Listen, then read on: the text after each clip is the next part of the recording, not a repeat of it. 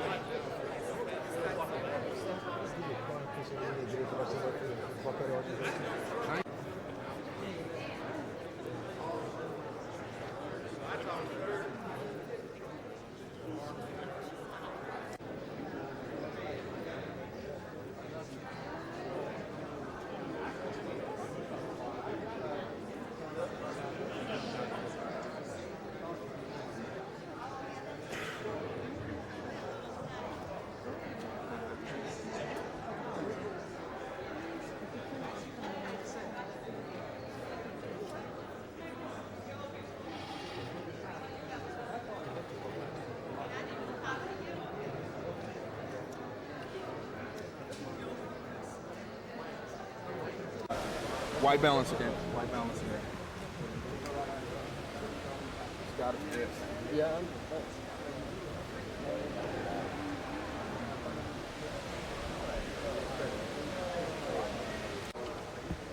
Use the wheel. Ready?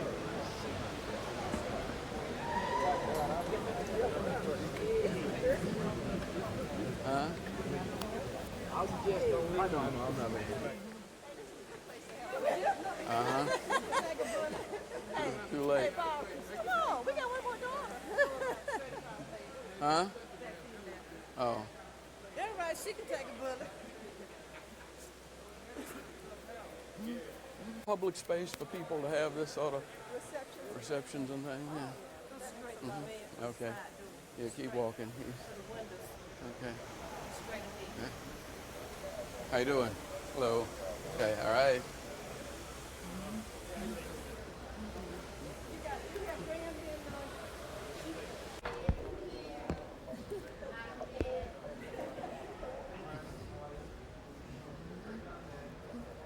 what they want us to do. Activity. And that we try to represent all the people in our elected capacity. We ask you, Heavenly Father, to be with us as we try to resolve issues, whether or not those issues are in Bankhead Court, Carver Homes, East Lake Meadows, Gilbert Garden, Buckhead, Vine City, wherever. I hope that we can have a safe city in 1989. I hope that we can show some concern and consideration for the homeless, to make sure they have adequate shelter, to make sure that our young people in those conditions get the proper medical attention, a good education. We ask you to help us establish closer ties to the business community, and hope that we can continue to do constructive development that will help us establish new jobs, a new strategy. Help us to come up with new plans to take us into the year 2000. We hope that you will strengthen our mayor and his family. Bless his mother as he tried to chart his last course year in office. And as we try to work together collectively as a team to resolve some of the different issues confronting this particular community. We ask this in your son's name. Thank you very much. I don't want to start the new year all fussing, but the next time I'm praying, you don't.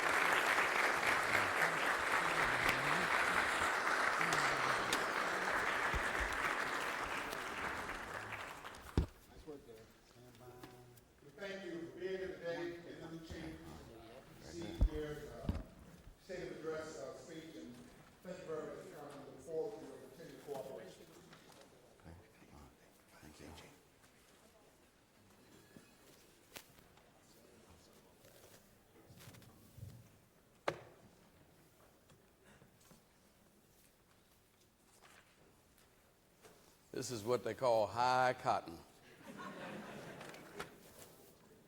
I am really and truly impressed. This is the first time I have allowed myself to come over into this section since we started work on it just a little more than a year ago. And it is truly an impressive design and construction. And I want to thank the architects and the builders and the administrative staff that have worked with them for truly creating for us a city council chamber and a city hall annex, which really is representative of the kind of dynamic growth and beauty that we see growing throughout this city. I don't know that I could have imagined it being quite so splendid, but I must say that we are finishing on time, and last I heard, we were still under budget. And so I think we ought to give the administrative staff, the architects, and the builders a good round of applause for their contributions through this facility.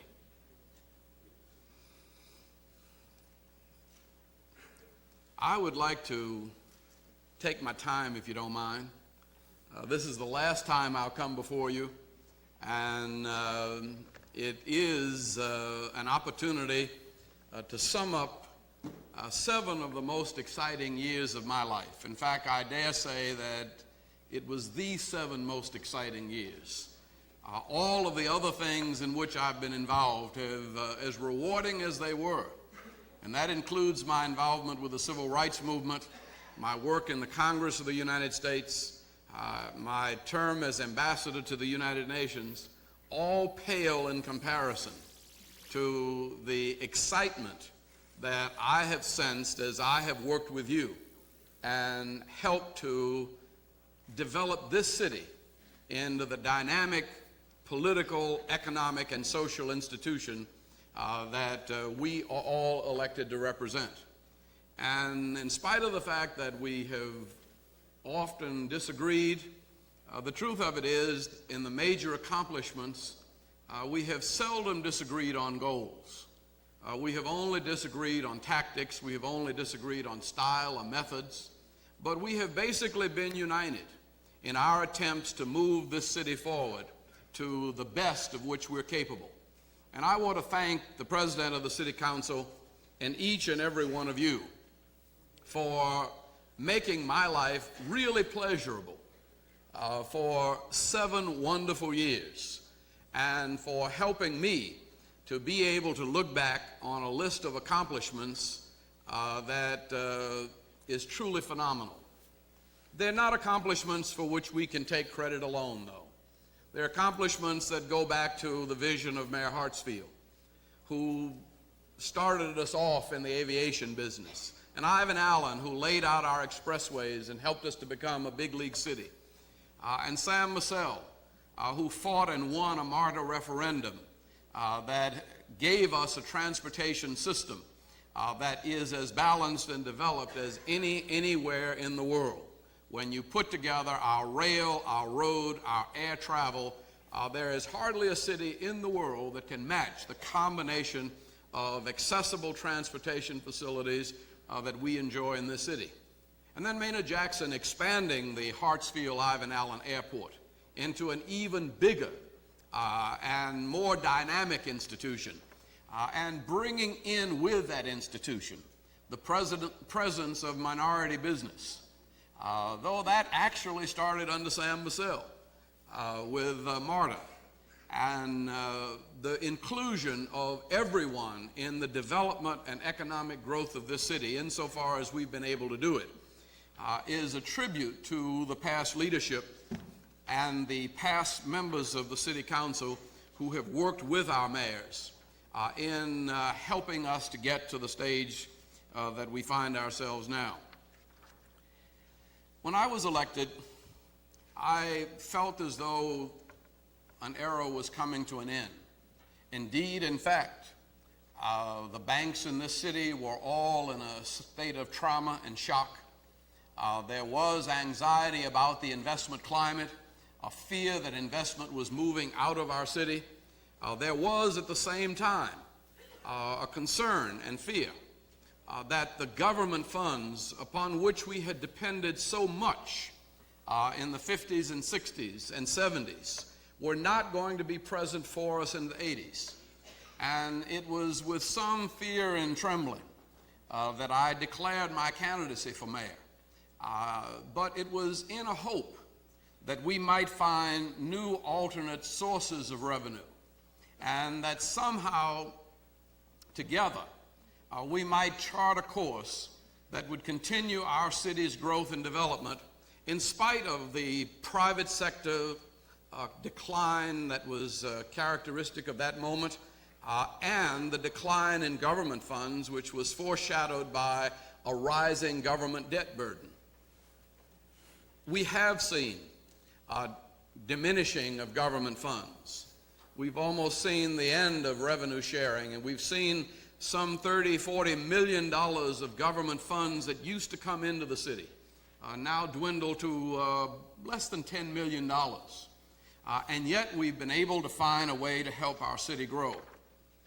I contend that that was not just an accident. That as we began to look around, as we began to try to decide how we would meet the shortfall, it was determined that only through attracting private capital could we continue to meet the needs of our citizens. Indeed, I think we have developed something which I chose to call public purpose capitalism. It's something that evolved pragmatically as we have attempted to attract private capital for public purposes. That's quite different than anything that occurred in the 50s and 60s. Though the private sector was involved in those efforts as well, it was largely government money that made possible our growth and development through the dynamic years of the 60s and 70s. But starting with the 80s, more and more of our growth and development had to come from the private sector. And so immediately we embarked upon a strategy which I would like to remind you of, because I think that strategy is going to be even more important in the years to come. Because even though we have tapped private sources of capital, government sources of capital continue to dry up. And there seems to be little or no hope of getting more funds from the federal or the state government.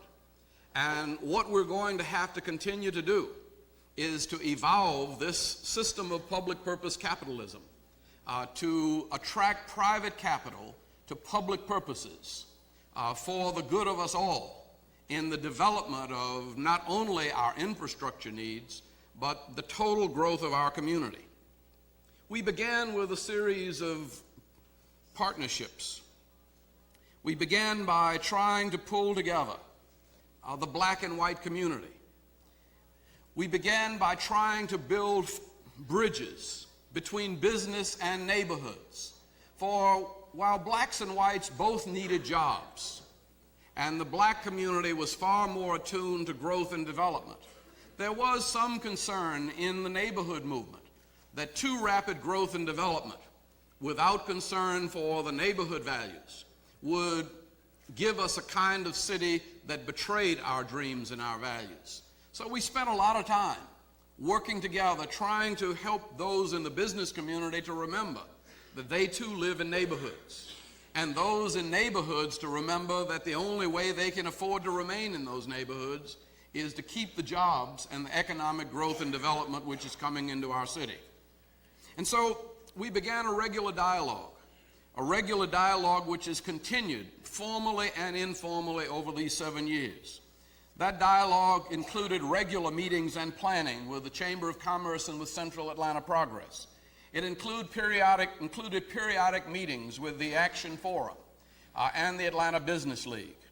It including our developing a common public-private agenda that allowed everybody to feel as though they were a part of the decision-making.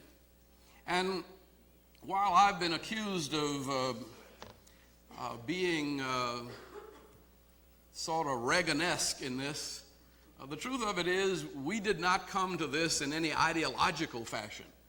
We came to it quite pragmatically. We did not have the money to do the things that had to be done, and we had to find ways to attract the private capital. Fortunately, we did have a business community that was willing to work with us, and we embarked on some things that I think set a tone that gave the business investors not only of this city, but of this nation and the world confidence in our city. One, we voted a sales tax referendum, which said that we would tax everybody that comes into the city to do business, and that the burden of taxation would not be simply on the property owners of our city. We went into a series of private ventures with the airport.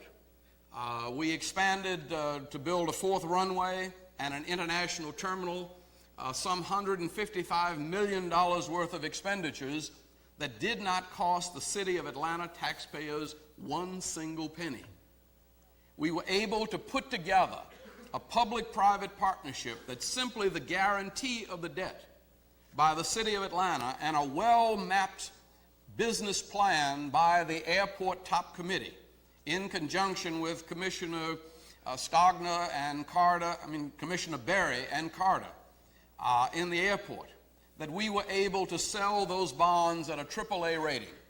And we were able to service that debt through the landing fees and through the revenues of the airport. And by launching into that $155 million commitment at no expense to the taxpayers, we sent a signal to the world that we knew how to do business and that this was a good place from which to do business. We developed a one-stop shop, and we combined the permitting efforts of a lot of different agencies into one computerized operation.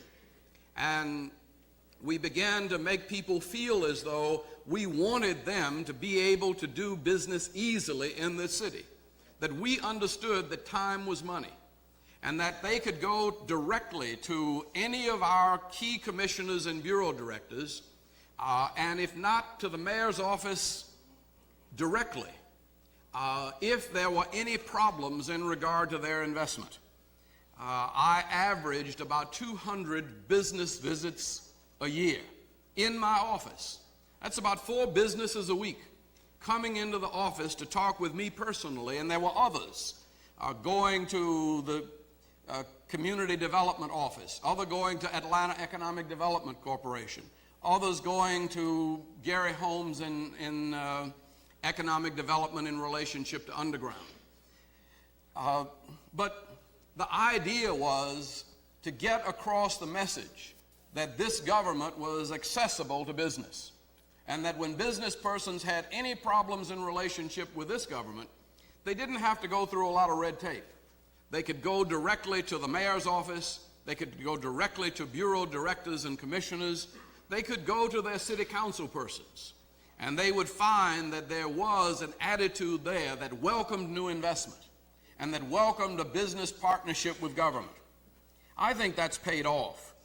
And I think as we look down the list of the billions of dollars of projects and new development, we will see that we have been able to forge a common agenda with the business community that enables us to pursue a public purpose capitalism where together we can attract private capital to pursue public purposes and meet the general public good without directly taxing the homeowner.